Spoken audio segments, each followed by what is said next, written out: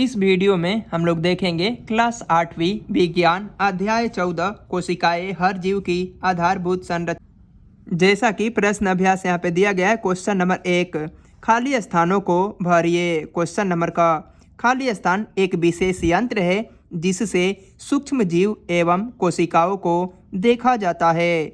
इसका सही उत्तर में हम लोग सूक्ष्मदर्शी को भर देंगे। क्वेश्चन नंबर ख, कोशिका सजीवों की खाली स्थान और खाली स्थान इकाई है।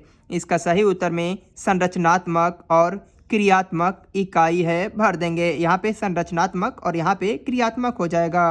क्वेश्चन नंबर ग, खाली स्थान और खाली स्थान कोशिका के भाग है। इसका सही उत्तर में कोशिका झिल्ली भर देंगे और यहाँ पे खाली स्थान है तो कोशिका द्रव भर देंगे और यहाँ पे केंद्रक भर देंगे।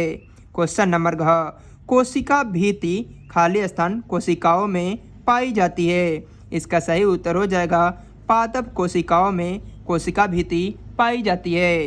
क्वेश्चन नंबर अंग, कोशिका की खोज खाली स्थान ने की थी। इसका सही उत्तर में हम लोग रॉबर्ट हुक को भर देंगे। रॉबर्ट हुक 1665 ईस्वी में कोशिका की खोज की थी। क्वेश्चन नंबर 2 में यहाँ पे दिया गया है कि सही या गलत पर निशान लगाइए। क्वेश्चन नंबर का, सजीव कोशिका से बने हैं। यह सही है। क्वेश्चन नंबर ख, सभी कोशिकाओं में कोशिका भित्ति पाई जाती है। यह गलत है क्योंकि सभी कोशिकाओं में कोशिका भित्ति नहीं पाई जाती है। क्वेश्चन नंबर ग, केंद्रक झिल्ली कोशिका द्रव एवं केंद्रक के बीच पदार्थों के आवागमन को नियंत्रित करती है। यह सही है। क्वेश्चन नंबर घ, अमीबा बहुकोशिकीय जीव है। यह गलत है क्योंकि अमीबा जो होता है यह एक कोशिकीय जीव होता है। क्वेश्चन नंबर 3 में यहाँ पे दिया गया है कि एक शब्द में बताइए।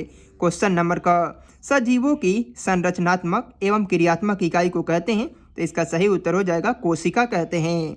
क्वेश्चन नंबर ख, कोशिका में जेलीनुमा संरचना होती है, इसको कहते हैं तो कोशिका द्रव कहा जाता है। क्वेश्चन नंबर ग में यहाँ पे दिया गया है कि जंतु कोशिका का बाहरी आवरण कहलाता है तो कोशिका झिल्ली कहलाता है। क्वेश्चन नंबर घ, पत्तियों के हरे रंग के लिए जिम्मेदार है तो इसका सही उत्तर हो जाएगा हरित लवक। क्वेश्चन नंबर अंग, कोशिका द्रव के बीच खाली संरचना होती है उसे कहते हैं। इसका सही उत्तर हो जाएगा केंद्र कहते हैं। क्वेश्चन नंबर 4 में यहाँ पे दिया गया है कि कोशिका सजीवों की मूलभूत संरचनात्मक इकाई है, कैसे। इसका उत्तर हम लोग कॉपी पे नोट कर लेते हैं, इसके बाद समझाने का प्रयास करते हैं। इसका उत्तर में हम लोग लिखेंगे कि सभी जीव जंतु एवं पेड़ पौधों का शरीर छोटी छोटी संरचनात्मक इकाइयों के मिलने से बना है। जीवन संबंधी सभी क्रियाकलापों का संचालन इन्हीं के द्वारा होता है। इससे यह साफ है कि सजीवों की मूलभूत संरचनात्मक इन कोशिकाओं के द्वारा ही निर्मित होता है। क्वेश्चन नंबर 5 में यहाँ पे दिया गया है कि जंतु कोशिका का नामांकित चित्र बनाए। इसका उत्तर में लिखा गया है यहाँ पे कि पेज नंबर 202। चलिए इसको देख लेते हैं जंतु कोशिका का पेज नंबर 202 पर। और क्वेश्चन नंबर 6 में यहाँ पे दिया गया है पादप कोशिका का नामांकित चित्र बनाए। यह भी पेज नंबर 202। क्वेश्चन नंबर 5 और क्वेश्चन नंबर 6 का आंसर पेज नंबर 202 पर देख लेते हैं। जैसा कि यहाँ पे पेज नंबर 202 है, यहाँ पे दिया गया है कि जंतु कोशिका का नामांकित चित्र ये वाला फिगर को बना लेना है क्वेश्चन नंबर 5 में। और पादप कोशिका यहाँ पे लिखा गया है, पादप कोशिका का नामांकित, यह क्वेश्चन नंबर 6 का उत्तर है। तो क्वेश्चन नंबर 5 का ये वाला फिगर बनाना है, क्वेश्चन नंबर 6 का ये वाला फिगर बना लेना है। अब देखेंगे हम लोग क्वेश्चन नंबर 7 को। जंतु और पादप कोशिका के तीन समानता और अंतर को लिखिए। इसका उत्तर में हम लोग लिखेंगे क्वेश्चन नंबर 7, जंतु और पादप कोशिका के तीन समानता और अंतर लिखे। इसका उत्तर में हम लोग लिखेंगे, एक साइड जंतु कोशिका लिखेंगे और दूसरी साइड पादप कोशिका। जंतु कोशिका में हम लोग 1 नंबर में देकर लिखेंगे कि जंतु कोशिका का बाहरी आवरण कोशिका झिल्ली कहलाता है, जबकि पादप कोशिका में 1 नंबर में लिखेंगे कि पादप कोशिका का बाहरी आवरण कोशिका भित्ति कहलाता है।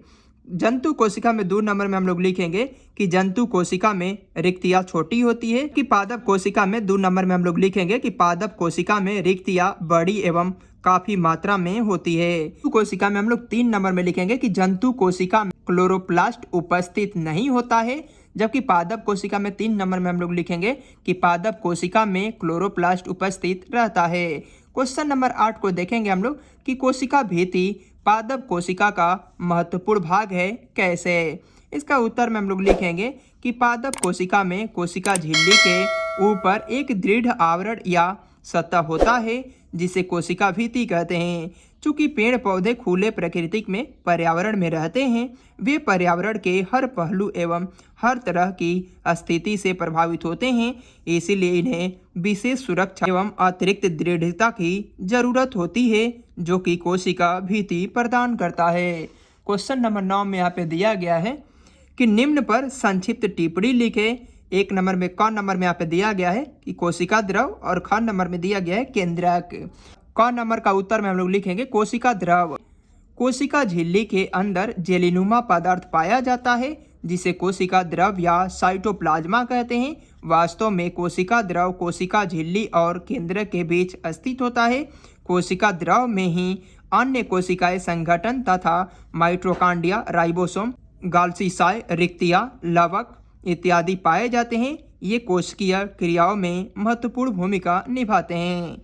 यहाँ पे केंद्रक में लिखेंगे ख नंबर में कि कोशिका के अंदर कोशिका द्रव में मध्य भाग में एक गोलाकार संरचना स्थित होती है जिसे केंद्रक कहते हैं। केंद्रक एक संघन संरचना है। यह कोशिका के सारे कार्यों का संचालन एवं नियंत्रण करता है तथा जीव के गुणों का निर्धारण भी करता है। यह कोशिकाओं के विभाजन में महत्वपूर्ण भूमिका अदा करता है। इस प्रकार पाठ 14 समाप्त होता है। मिलते हैं नेक्स्ट वीडियो में। अध्याय 15 जंतुओं में प्रजनन के सभी प्रश्न उत्तर के साथ में।